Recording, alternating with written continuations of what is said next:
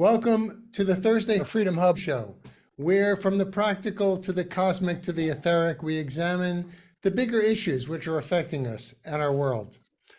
I'm Jim Graypeck. I'm joined by my co-host, as usual, Charlie Froman, and we have an interesting show for you today. But for those of you who are new, let me just touch on a little housekeeping. Do a screen share, if I can make that happen. Our website, which you can go to get information on our speakers' topics every week, is your-mp, as in marketplace.com. And if you click on that, go over to Your Media Hub, click on that one, and that will take you to the webinars, our speakers and so forth, connecting innovators and free thinkers. We have our Wednesday show, Health, Biz, and Politics, every Wednesday. And today's Freedom Hub show, which takes on more esoteric and a wider range of topics. Of course, it's a volunteer operation, so we've been doing it for 5 years. We invite you to buy us a cup of coffee if you'd like, help cover things if you like the show. And let me go down, and thank you for those of you who have been buying us coffee. We do appreciate it. And down at the bottom, you can see where we post these. Go to the channels afterwards. BitChute, Brighteon, YouTube, if it's not too controversial, and Rumble. And they're usually up by the weekend or at the latest on Monday. And with that, let me stop the share, turn it over to you, Charlie, to talk about NFTs, which I am excited to learn more about today. Same here. And when I saw Ravi's video on Twitter, I think, about NFTs half a year ago, I figured, why not reach out to my old friend, Dr. Ravi Singh, and see if he wanted to join the show and educate us on this. We've had a lot of these types of presentations over our 5 years of weekly webinars, and I was going to share my screen and show a few of them real quick here. Real quick, how I met Ravi was in the mid-2000s. He was running Election Mall, selling data to campaigns. And I remember meetings with him where he would just deliver these elaborate marketing plans and plans of attack for targets. And I was taking so many notes. And he's still doing it with his elaborate images for social media marketing, for which he has a Ph.D. now.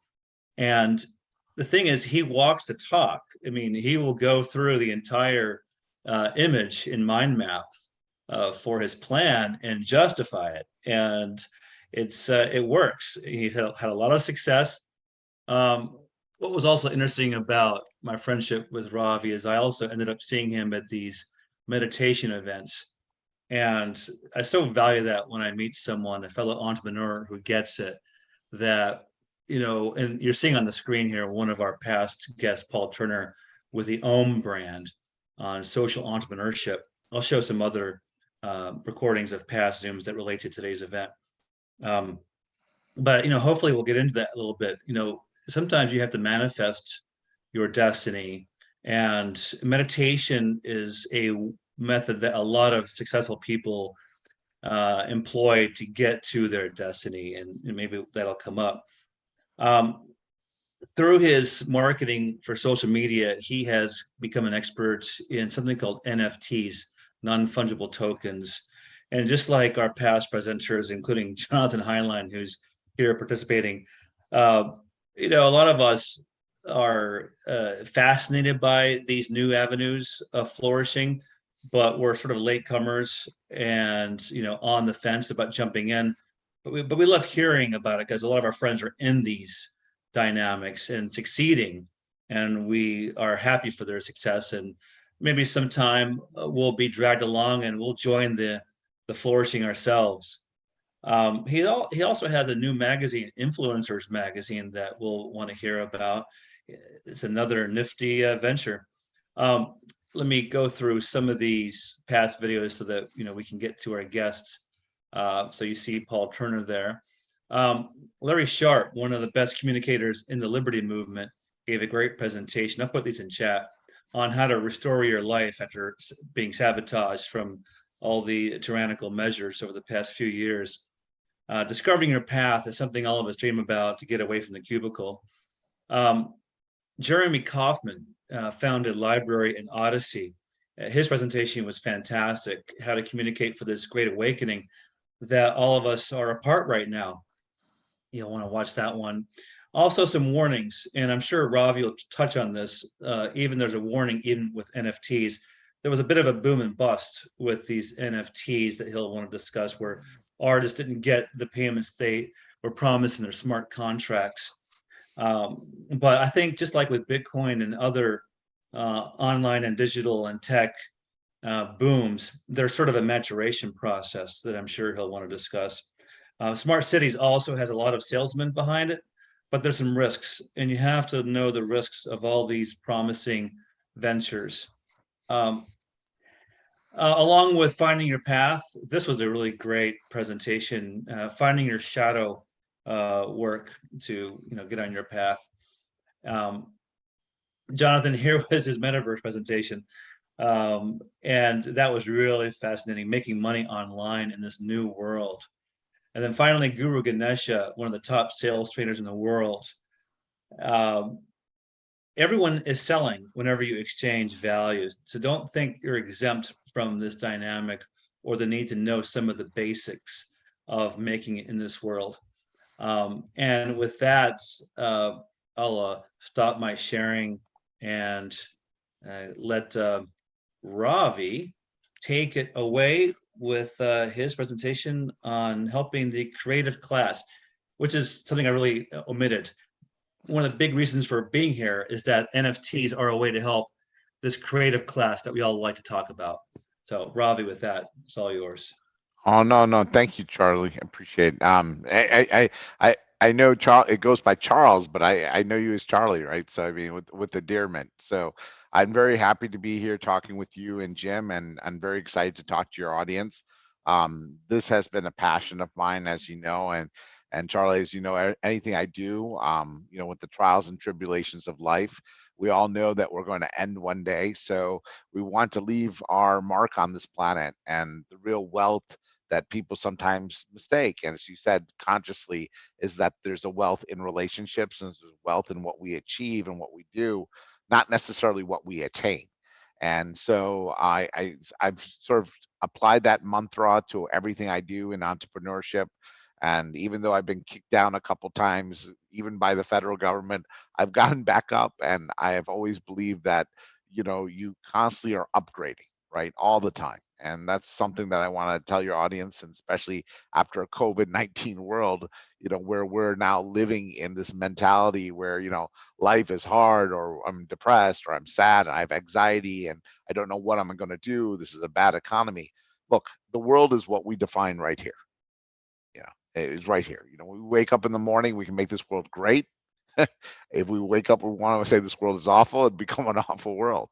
you know and so I really took from your introduction the manifestation thing, and thank you for reminding that. I do it subconsciously, but it's part of my daily routine that I'd share with your audience. Is that I think if anyone could ever say at 51, you've gone from PhD and 3 master's degrees, and you've gotten, ran for office, you did something, you sold, we co-branded with Microsoft. We were able to, automatically help 9 world leaders all over the world with what we did with the election mall, and we helped 7,000 political campaigns in the United States. It's been an honor. It's been an honor to be able to give in those tasks and to do them to the best of our ability. And as long as I think you wake up every morning trying to do that, that's a very, very important. So again, thank you very kindly for that introduction, Jim and Charles. I what we're about to talk about is a revolution that some people are seeing and some people don't see. And I saw the same kind of, you know, sort of signs in the first, .com, and we're seeing somewhat the same pattern now with the emergence of AI. And people are, some of them are blind, and some of them can actually see what's about to happen. And I think this is going to be one of your most important presentations that are Zoom presentations that we can share with the audience, because whoever watches this, their eyes are going to open up. And the reason why the eyes are going to open up is that because technology in certain times in history can create some specific changes that are so dramatic that they change our behavior, they change our culture, they change our lifestyle. And in this way, NFTs are going to change our economy and on a global scale. And so SocialPayMe has become my new passion, and a passion that I have tried to actually, believe it or not, run away from. And it's always good when the company chases you and you're not chasing the company. And I've just said, no, no, no, I don't want to be another entrepreneur. I don't want to go through the heartaches of startup or raising capital and doing all this. I am now 51. I've done this before. It's awful. It's tedious. I don't want to do it. And lo and behold, every single time, the feedback loop keeps on coming back where, somehow, some way, it comes right back to SocialPayMe. So we as human beings can't run away from what we're destined to do, even though we think about it. We're only sometimes given the trials and tribulations to keep on learning and upgrading and upgrading. And sometimes we just got to take the exams rather than worrying about the grade that we're going to get in life's little challenges. That being said, NFTs to your audience are non-fungible tokens. And I think it's important to understand what that actually means. A lot of people have heard what has happened with the crypto market and et cetera. It comes down to the very simple concept of what is value and what is worth. Automatically, we can take this US, beautiful $1, right, coin here that they used to mint, back in the old days, basically when I say old days, year 2000. And 23 years ago, we had this simple, nice gold looking $1 coin. And we automatically know by the weight of this coin, by the mark on this coin, that it's marked by the United States federal government and by the United States of America, and it has its value directly on that coin. We now know that there is an entity that gives it value, and that is $1. And wherever I go in the year 2023, this 2000 coin still has the value of $1. Now, could we say that this dollar coin has increased in value over time? Of course we can. In fact, it is not worth $1 anymore. If you Google these coins, they're sometimes now worth $1.10, $1.25 because they're rare. But if I go to a business of commerce, they will not give me that. That is the difference between worth. So we have value and we have worth. And the academia world, it is very important to understand those two things. The value is stamped by the US government as $1, but the worth is actually more because it is an old dollar and it's 23 years old. And I can go to any coin collectible guy and he'll give me $1.10, $1.25, maybe even more for this coin. But if I go and buy a Coke, if I go to the store, legal tender, they will only accept this dollar. Now that we've understand the value and what is worth, that is exactly what an NFT does. An NFT takes something that we deem as valuable, and what we do is we wrap it in a NFT wrapper. And we automatically say, now it's worth this amount of dollars because it does something or it has something. Just like a piece of art over a period of time will appreciate. If the artist passes away, God forbid, the value of the painting could increase. So automatically an NFT, all it does is it digitalizes this $1. It automatically takes this coin and says, you know what? I'm going to go ahead and create a digital footprint that from the year 2000 to the year 2023, we're going to see the changes in its worth. The value still might be worth only $1, but it's going to digitally record its worth. That, my brother, is what an NFT is. And so what we have upon the history of the world, and any of you guys are who are history buffs, I love Alexander the Great. Alexander the Great united the whole world by trying to turn them into Greeks, right? And he automatically conquered people not by armies but by sharing education and creating Alexandrias around the world. And by these 22 Alexandrias, he was able to go ahead and share knowledge of today's kingdoms that we now know in modern history. Before 2000, we have very limited knowledge. But because of his efforts, those Alexandrias stood the test of time. The internet is standing the test of time. And it is our now new Alexandria of the world. But what united the Alexandrias was a simple coin that he created. And you could only use that coin in all of Alexander the Great's kingdom. If you used another coin, off with your hands, right? You could convert other currencies to that coin, but there was a cost to converting it. So you could only do commerce between all the Alexandrias in the Alexander the Great kingdom only with that currency. And so that is what is now emerging. The internet is the greatest Alexandria of the world. And what I see now is that there has to be a currency that has to be shared among humanity that goes beyond any country, any border, or etc. Not because of profit or etc., but because of value, worth. So what happens is that I can now do e-commerce, right? That was one of the first things that happened on the internet. People took a product, said, hey, listen, I'm going to sell this perfume. I'm automatically going to go. This was actually a birthday gift, Charlie, from my wife, right?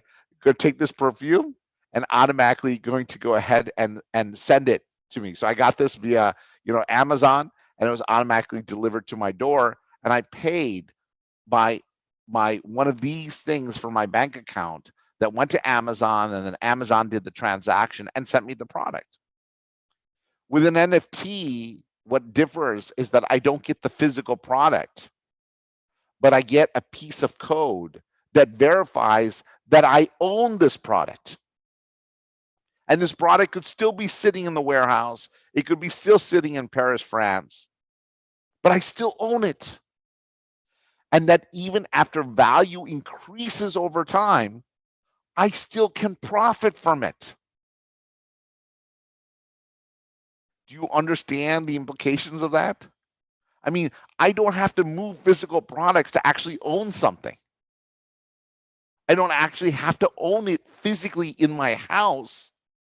I actually can own any asset anywhere in the world if I wrap it in an NFT. So non-fungible tokens come from a form of crypto terminology, and I'll put my MIT professor hat on, and my MIT professors taught me this very nicely. They said it's a token. It's a token that represents this object. And like in crypto, we are just exchanging, right? I can go to Amazon and I could have purchased this through a token called Bitcoin. That's called a crypto token.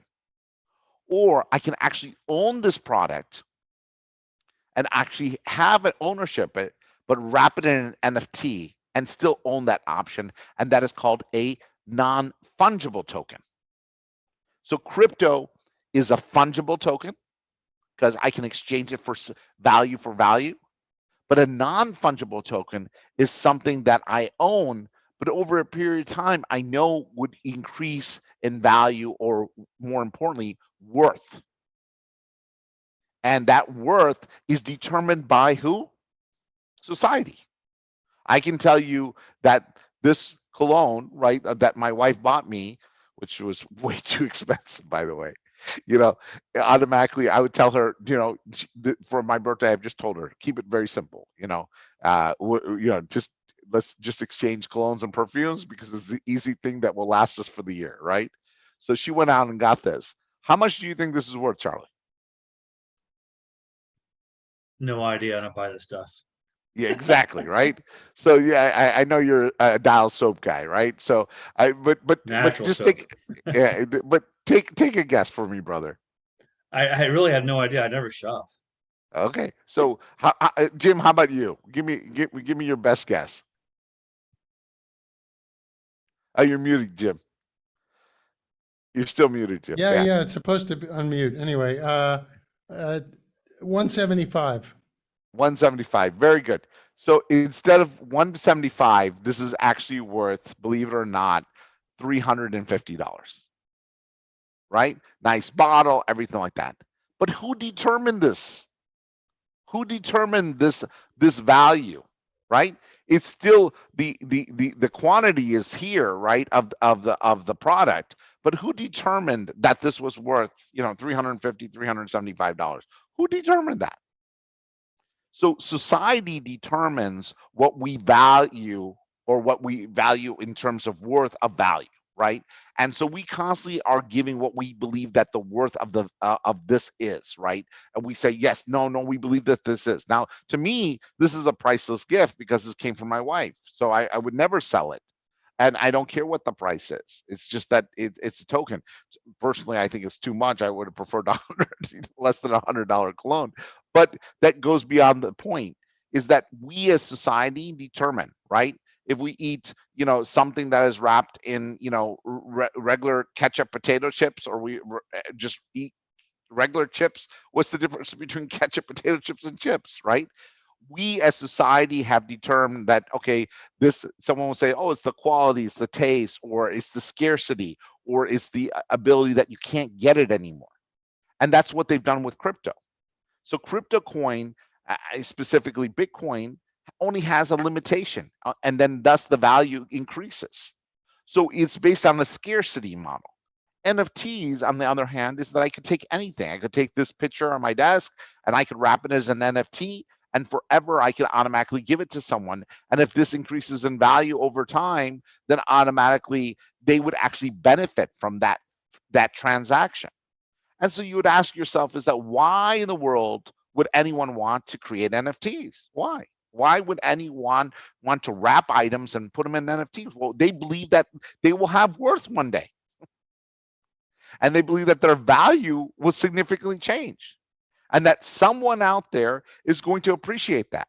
Just like we appreciate, antique collectors or collectible items like baseball cards, or automatically we do things with Pokemon cards in the old days, right?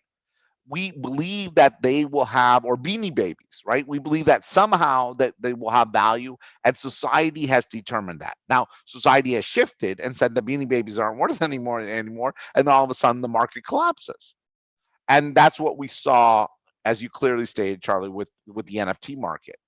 In the early days, people did not understand how powerful this technology was. And what they ended up doing is they ended up just using it to automatically take artwork or digital art or JPEGs and convert them into NFTs. And then they started selling that. And then people hyped them up, giving them a perceived value without a proper utility. And a utility means is what is driving the worth. We know that this coin is values $1, but what drives the worth of this dollar is the United States government and the United States Navy that protects our borders and allows free trade around the global world.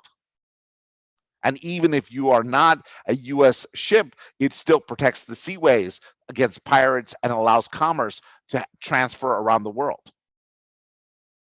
So this dollar is maybe not backed by gold or by oil anymore, but it's guaranteed to be backed by the United States government, by our U.S. might. And so people accept this. And so if you go anywhere in the world, they say, hey, listen, I want to make money in US dollars. I would like to do business in US dollars. So they accept that. But now there's been a shift. People are saying, wait, no, wait, I trust Bitcoin. I believe that there's value in Bitcoin. But like anything else, it is determined upon the people. If people stop believing in the worth of this coin, of this dollar, right, the value will naturally decrease. And that's exactly what's happening with Bitcoin. It is plummeted. And so now there are people who say, no, no, I still believe it'll go up. But what is Bitcoin backed by? Is it backed by US Navy? Is it backed by the gold? Is it backed by the oil? And that's where it's very dangerous. And so it's backed by the ability that there's a belief that people will be able to sell you a pizza with Bitcoin. And that is amazing. PayPal will take Bitcoin. Bank of Lloyds will take Bitcoin. So what we've seen in the early days, NFT technology has been around since 2015 historically, right? The technology's been there. In 2017, we saw the rise with CryptoKitties and et cetera. And then by 2019, we saw a boom where companies were saying, wait, I can take products, I can digitalize them and move them around as assets around the world. And then people will say, well, where do I keep this asset? If I can't physically get this cologne, Ravi, where do I keep it? And voila, here we go. We keep it in what we call a wallet. And that wallet can be basically a cold wallet, which is something that is physically tangible, right? Like a USB drive, or it could be automatically something that could be a soft wallet, or something that through a browser or through a mobile wallet or through a web-based wallet. And so what happens is that I now can store these assets here, and I store them in what we call the blockchain.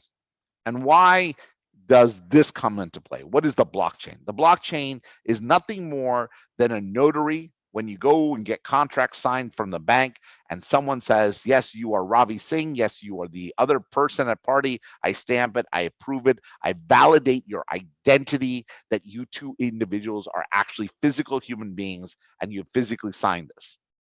And the blockchain says, I validate that this product exists and that there has been some kind of financial technology transaction to acquire this item, and I'm recording it on the blockchain in what they call a ledger. And the ledger is similar to the accounting books where you automatically see a ledger with the product name and the price, and they've used that terminology and they call it a ledger. And that ledger automatically records that transaction. Now, I'm going to pause real quickly and just summarize for your audience here.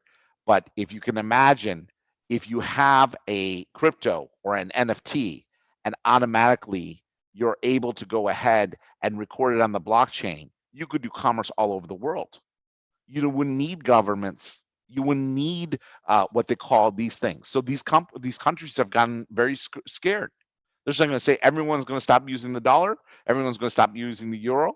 They're not going to use our currencies backed by the government. They're going to use a currency over the internet. Remember, I said the internet is like the greatest Alexandria of the world. And so now whatever I sell, whatever service, whatever product, whatever content, whatever creative JPEG or video or anything I do in this mass world of the library of the world, you are not going to use the US dollar? God forbid.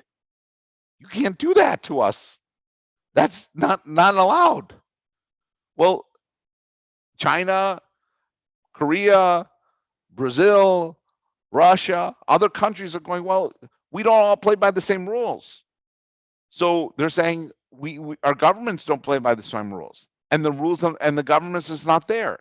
So all of a sudden, they have decided to create their own what they call stable coins. And these are exactly what the word means. They are stable coins. They are a crypto coin, a crypto token that is based on the value of their currency. And what we saw, I'm going to make a prediction to your audience, and this is the first time I'm making this prediction anywhere on the World Wide Web. But in 1933, right, Charlie, what happened, right, in America? FDR stole our gold, seized it. Now, he didn't steal our gold. He said basically it was illegal to have 3 gold coins in your pocket. Turn it in or hide it in your mattress. Right? So everyone had to give up their gold to the US government. A lot of Americans don't know that part of the history. I predict by the year 2033, everyone is going to say that you can't own physical currency.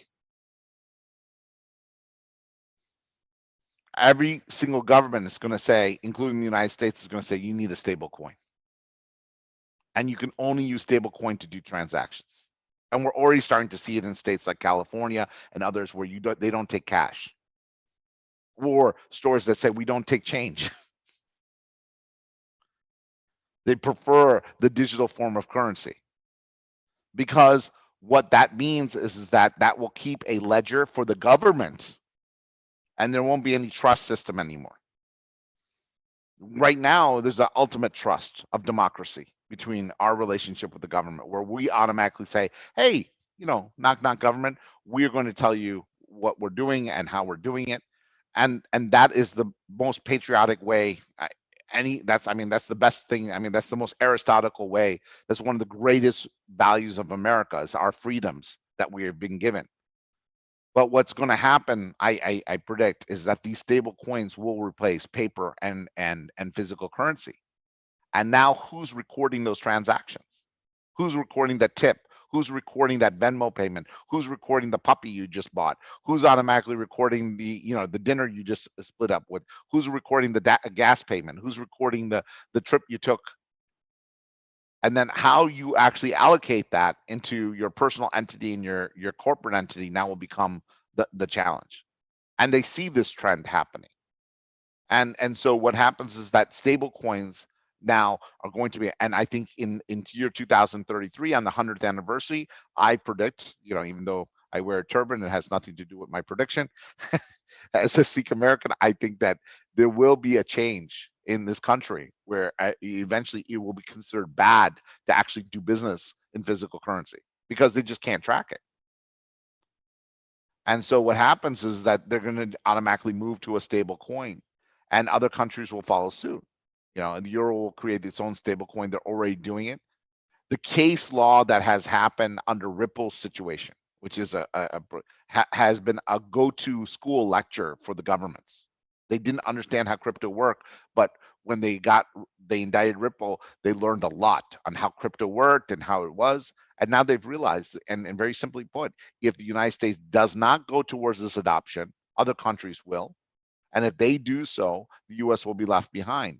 And the most important asset of our country, the most important commodity of our country, the most valuable resource in the United States is the mighty dollar. And without that, we don't have anything. So they need to automatically go ahead and protect that, which is a good thing. I think it's good because look at the freedom that we've given to all these other countries that don't do business in a dollar, but because of our US Navy, we give them the right to do free trade. Otherwise, there'd be pirates in the sea. People forget that. There'd be trade embargoes. Those days are gone. It is because of the might of the United States Army and military that we allow the freedom of trade. And so what I'm seeing right now is that NFTs now digitalizes every asset. And that is also very scary because there is no stable coin for NFTs. There is no version of that concept. And people are struggling with what is the utility value of an NFT.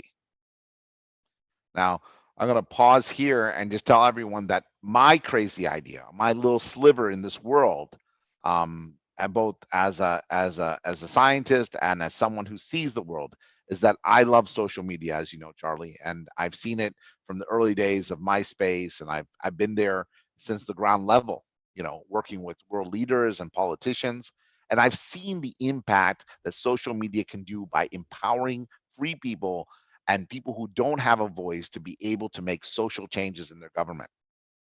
But now, 20 years later, we have seen the same tool being used against us rather than in favor of us, where the same creators of these platforms have now implemented their own rules and regulations or what they deem as truthful. And this has now created a challenge for society because what is your truth and my truth? What is the difference? And as Sikhs, we know this. We have to respect everyone's point of view. There's no right or wrong. We have to tolerate the voice of everyone, and we have to give the freedom of voice, even if I don't agree with you. As Guru Gobind Singh said, even if I don't agree with you, I still will fight for your right to say what you want to say. Similar to the concept of Voltaire. So we are seeing now for the first time humanity now make another bigger shift where now AI is automatically feeding on all the content of the world and giving us answers based on that collective content. And if you didn't contribute to the collective content before the year 2021, I think ChatGPT stops at that time, then you are 2002. It doesn't come out. It's not processed. It's not calculated. You cannot do that. So humanity, I hope, will not give up just because there's AI and stop thinking. Because if we cognitively stop thinking and we stop using our brain, we won't be able to give to the collective. And it almost sounds like something from Star Trek, but it's almost like that. That's what AI does. It builds upon the collective and gives you an answer based on the collective. And that collective again is the what? The internet. And what is the internet? The greatest library in the world. And what is the greatest library in the world? The Alexandrias. And what do those Alexandrias have? They have a value. And that value of that currency is determined by the worth of the people. So now all the assets, all the creative assets, the new iron ore, the new black gold of the moving forward of the Gen Z and the millennials is content. And that black or iron or gold is so valuable because what happens is that who made that first meme, who made that first content, who created that first song?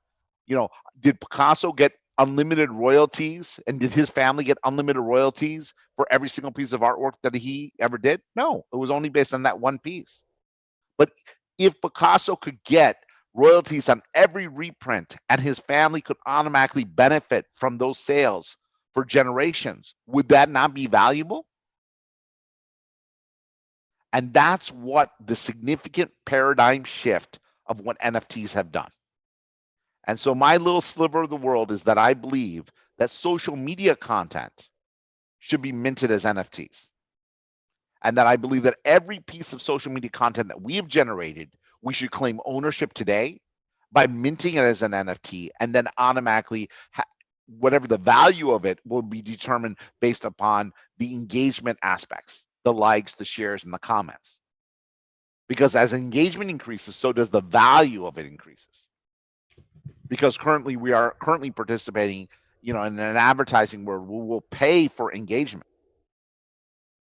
So if our content organically increases or we pay for that engagement and has a value to it, will Michael Jordan's first tweet be worth something? Will LeBron's first, basketball shot be worth something? Will they become the new Picassos of the world? Will they become the new artwork of the world? And it's not for me to judge. It's not for Jim to judge. It's not for Charles to judge. It is what the worth of what the Gen Z and millennials think it is worth. So we might see it as just a JPEG and value it as that. But the Gen Z and millennials worth that over anything else, just as they don't listen to advertisers. 90% of them listen to the content on social media, whether it be truthful or not. And majority of the Gen Zs all believe that influencer marketing will be one of the top 4 professions in the world. And every single one of them believes that the content that they create, they should get, royalties for that content now, and if it's used by anyone else, for generations. So that's what NFTs are. Oh, thanks, Ravi. And let's go to Q&A. A lot of chats. Jonathan Highline, this is your world. Do you want to unmute yourself and ask a question or make a comment? And I definitely have some also, Charles. Hey, how's it going? Do you have a lens profile? A lens profile? Yeah. Is it a specific application? Yeah, so like you're talking about like crypto, social media, Okay, thank you. lens.xyz. Yeah, I know. I do not. Okay, I posted the link in the chat there for you. So if you get a profile there, then I think they do the whole like crafting the tweets as like NFTs and that kind of stuff, the posts and whatnot. I don't know. I think NFTs are cool. I think of them just as contracts though, like paper, like a paper contract kind of thing. It's like a construct for a container. It's kind of how I think about them. Kind of like a building block almost. You know, they can be a car title. They can keep track of other components in a car within a manifest. You know, they can be like whatever you want to make them. So, and they can also enforce the terms and conditions of a contract.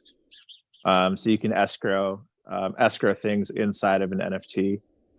You can also use NFTs as an authentication like piece in order to control a wallet. So that opens up a lot of really cool avenues. Yeah. Yes, all correct, Jonathan. I will jump in a second and then go back to the floor. To me, I think going back to the seek, the consciousness, the collective, everything you're kind of also bringing into this. There's a lot out there. I mean, to me, again, as just one of these people, there you are. These NFTs, as Jonathan are saying, I see them as contracts. I can see some value in some applications, but I think there are a lot of people maybe that feel like I do, that these are like, what's the point? If I want art, if I want to invest, I want to have it, or at least know where it's, you know, it's kind of near me, because maybe otherwise it's going to be stolen or something's going to happen to it. How do I know that in 10 years, yep, it's mine on that ledger, but then the guy took off with it, you know what I mean? Or it just ain't there. Or those coins. I mean, some things we can, in terms of collectibles, we can keep. I do say I like the contract part of it, but beyond that, yeah, maybe some people will go for it, maybe some won't. But I want to go back to your prediction, and I don't agree. Well, I don't agree with that prediction, but that doesn't matter. But my question to you is, my short question is this what you want to see in the future? Is that, just give me a yes or no answer. I don't know. Oh, you don't know? Okay. Yeah, Okay. because it goes back to philosophy. I believe that we are, we are just actors in this great play. So I Okay. believe very firmly that, the world will do what it wants to do. But let me just quickly answer one question, Jim, for you. The value and worth, the string that unites value and worth is trust. So when you don't have trust in the system, and you don't trust that the transaction will go through, or you won't physically own the artwork, right? You have to have trust, right? And so this generation believes in the trust of these systems, right? While our generation, a little bit older, I would identify with you, we don't, because we've never used them. And that's the same way we had the same problem for the first 7 to 10 years with e-commerce, right? Anyone over the age of 50 had trouble adopting e-commerce. And then eventually, by the time you were 60 or 75, you had no choice. You were ordering from Amazon. And so even today, people struggle with, giving up their credit card information online. But we moved past that after, 23, 25 years later. So trust is the string that unites, a value to its worth. Yeah. And I guess related to that is, I think a lot of us have lost trust since the lockdowns and everything else Correct. in our governments, in our authorities. Correct. And it's going to be, I mean, I think hell and high water before a lot of us are going to say, oh yeah, digitize the currency so you can see every transaction I do in my life. I don't think so. I got my guns back home. It's all right. Yeah. But anyway, the other point I wanted to make was, there are, coming from a physics background, infinite futures. There is no the future. So it's kind of, what future do you want to create? That's where we want to go. As I think Socrates, now it's attributed to everybody, said, the best way to predict the future is to create it yourself. So Amen. I'm on that other path, but yeah. Amen. I agree with you, Jim, 100%. And I tell you, the United States is still the greatest country in the world. It's still the best country in the world, because we've enabled these freedoms. And I think we finally have realized that we can't impose our will upon everyone else. But we have the most air bases in the world. We have the strongest navy in the world. Our military might has been able to allow free trade to prosper. Now, unfortunately, you know, when you tackle the U.S. government, you know, a pipeline somehow might get damaged, you know, in the process, you know, or something between Germany and Russia might disappear. But I mean, you know, God forbid, you know, whatever the case is, at the end of the day, the U.S. is protecting the interest of these concepts and these freedoms. And as long Well, as in God we trust is remains on the dollar bill, I think we're in good shape. okay. Thank you. Charles, I think you were next, actually. Not just, Oh, Frank, no, okay. That's right. I meant, yeah, go on, Charles. Yeah. okay, I'm sorry, I can wait, but no, I've just Oh. got to, thank you for this introduction. I feel like I'm a completely lost in much of what you've said, but to Jim, to respond to your point is that as far as insurance goes, if you have an interest in property, then you can insure it. So you can buy a coverage, or a Right. program could be designed to cover your interest in these items that you're holding, waiting for the increase in value. I mean, Correct. the marine world's done that for 100 years. So that may be a real growth industry in the insurance industry if this thing takes off, as Dr. Ravi says it just might.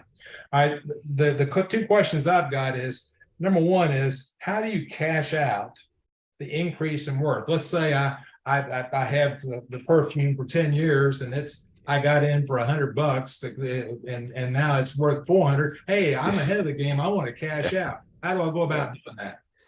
So there's marketplaces that have developed, right? OpenSea has been the dominant marketplace for NFTs, Blur, a couple of these. What's amazing, and I can just tell you by the numbers, in the year 2021, some of these companies were just funded maybe $9 or $10 million, but their worth now is over $1 billion. You know, Okay. I've never seen, sir, in my entire life being in the digital world for the last 25 plus years, this significant rise in such a drastic change in the worth of a business in less than 12 to 24 months. And it's just not OpenSea, it's others. So for those naysayers that says, hey, this is going to go away, I find it hard, that it'll go away. And as like I indicated earlier, if you can still buy a pizza with Bitcoin or a crypto, then acceptability has already started to hit mainstream. So NFTs are on the early days. It is another form of token. Like I said, it has financial risk, and I'm not a financial advisor, so et cetera. But I would tell you this is that I believe personally that NFTs will be a way in which we will interact with it in our lives in some shape or form, whether we buy a ticket to a concert and hold it on as a souvenir, whether it be the last Elton John concert and we resell it later on a marketplace, or it could be as simple as a transaction of us holding onto our baby photos of our children and passing it on so that Facebook and Twitter don't actually own them anymore. And then my related question, and I think you've already pretty much answered, is what happens if the values go down? And I think the same principle works. You just end up with less money. Yep, exactly. You answered it. My last observation, then I'll shut up because I know other people have got important questions. But my last observation is, okay, if you look at this as a stock market, which is what you're doing, because you're bringing your stuff in and you're selling it and you're buying it, you're selling it, you're getting in, you're getting out, then it will look to me like puts and calls and future options would be something that could be brought into the marketplace along with collateralized debt options and collateralized everything else, betting that it's going to move up or down, and hypothecated just as they polluted the stock market. I just thought I'd throw that comment. No, I thank you for bringing that up real quickly. The FTC and the SEC have come in pretty hard, on this stuff. There's been the whole Howey test that whether or not this is a securities or not a securities. The Biden administration has really sort of stuck with the universal that's saying that all NFTs are securities in some shape or form. It's sort of that kind of mantra or that kind of guideline. We don't know what's going to happen. Other countries like Dubai and Singapore have said, no, it's just a digital asset, right? It has no value because it's determined on worth. And basically, if just because you wrap the perfume in an NFT, it doesn't mean it changes the value overnight, right? If someone wants to pay $300 for it, we're not going to stop them. They just got to put it on the ledger and disclose that it's now worth $300. And that's very common in the artwork. That's one of the reasons why the rich buy artwork. Is because it is a sort of a informal NFT exchange. And that's one of the reasons why they do it, because they know that they can move money around, that directly through pieces of artwork. And there is a law on the book called payola, that is called, basically pay to play. And when you don't disclose these transactions, and let me make it very clear that that's something that is close to my heart. I had a situation with the government where they accused me of not disclosing things. And I said, well, where's the active PDF for me to fill out these requirements? And I was a pioneer in my space, as Charlie knows. And there was no active PDF. The laws had not been created. No one had defined them. There was nowhere to disclose these things that the expectation the government has.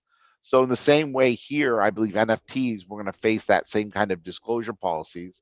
We've started seeing it with influencer marketing, like Kim Kardashian getting fined $1.3 million for not disclosing that she was promoting a cryptocurrency on her social media post. So I think there is a lot of things out there, and the payola law comes from the 1930s. From the FCC, when James Brown used to basically pay the DJs extra money, for the concert tickets if they played their records more, and the DJs wouldn't disclose that they played it, so they were getting sort of a kickback from the concert tickets. So I think these fundamental rules still have to apply. I think the law still has to be, adhered to. I think those are good practices for both for the larger community and for the business as well, and most importantly, to protect the consumers. So verification, that with Elon Musk, what he's trying to do with Twitter, verification of identity, certification is going to become, I think, another thing, and third, assurance is going to be key as well. So we have a lot of things down this road that need to take place. Let me go to Charlie before a quick comment just on what you just said to follow up. I read an article today, a research study that was showing that close to 50% of the traffic on the internet last year or social media was bots, was not Yeah. human beings. So And Jim, to answer that question, you have to ask yourself, why in the world do not these social media platforms verify the identity, or KYC, know your customers, before they actually make a post? Why don't they do that? Because they know that half of their user base is bot based. yeah, Charlie. I believe that. Sure. Yeah. A couple of things, Ravi, and provocative presentation, and I love the tough questions that'll boost views and interest. I've got a grandfather who was a pioneer in the abstract art movement, fontaine.org. I'll have to talk to you offline about NFTing those paintings. Some of them are really Sure. big, so you don't want to really heft those around. They take up a whole wall. There's one right here. You can see. Yeah. It's kind of Beautiful. dark, but Beautiful. Beautiful.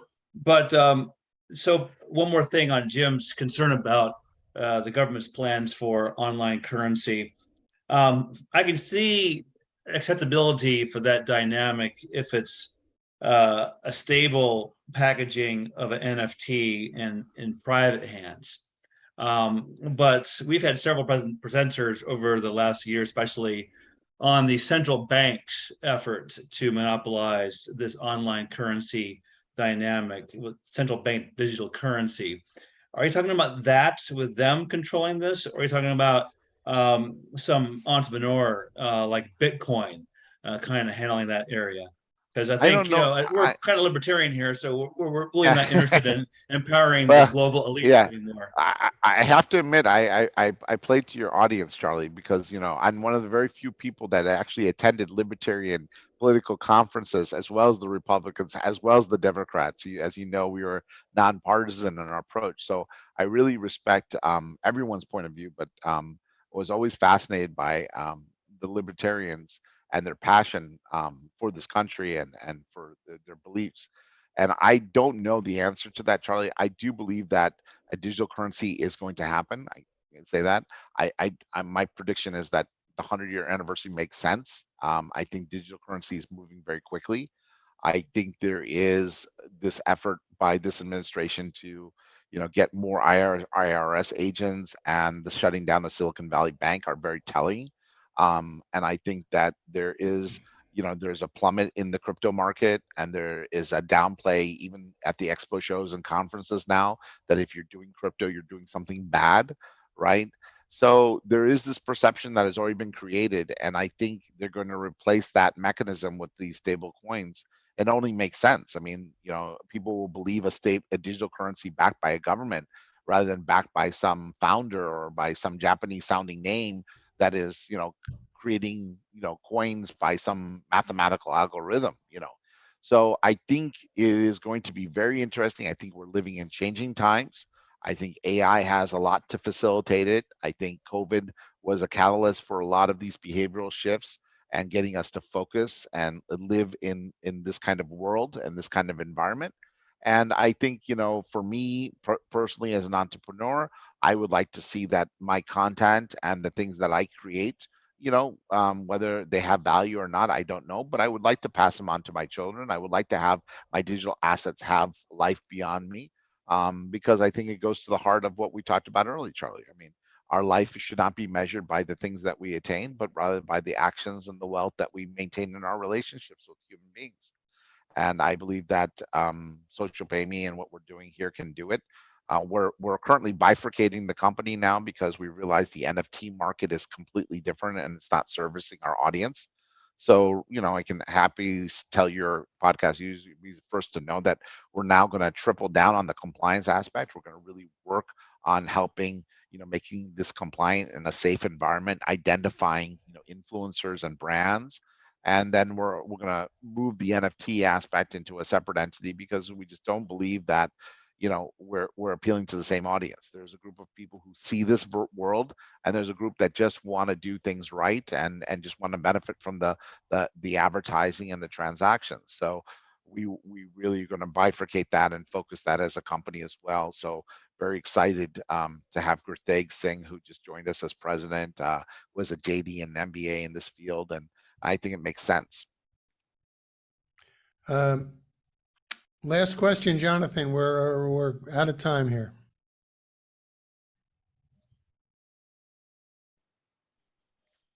Hey, doctor. I was wondering if you would register your ENS address. I have done. Okay. Okay. To wrap up, and I just want to throw in, I did have, I was in crypto for a little while, and I tried to, just to deal with some of that. And the whole wallet part of it was I found it so cumbersome that it really kind of left a bad taste in my mouth.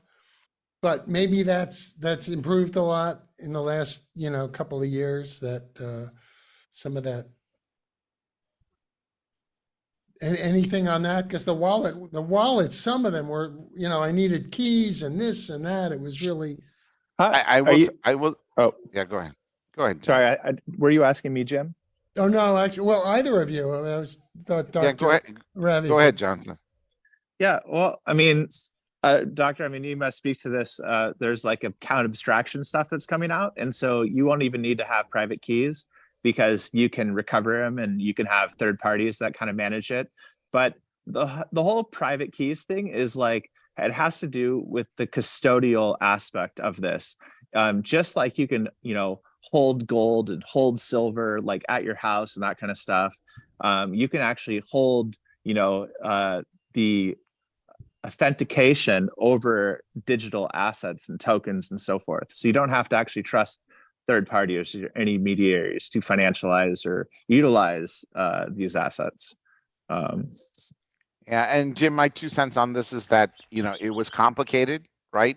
I'm sure when the banks opened up, it was a complicated system, a new behavior for the pioneers to put their money in a bank account. It was probably a new concept, rather than their mattress.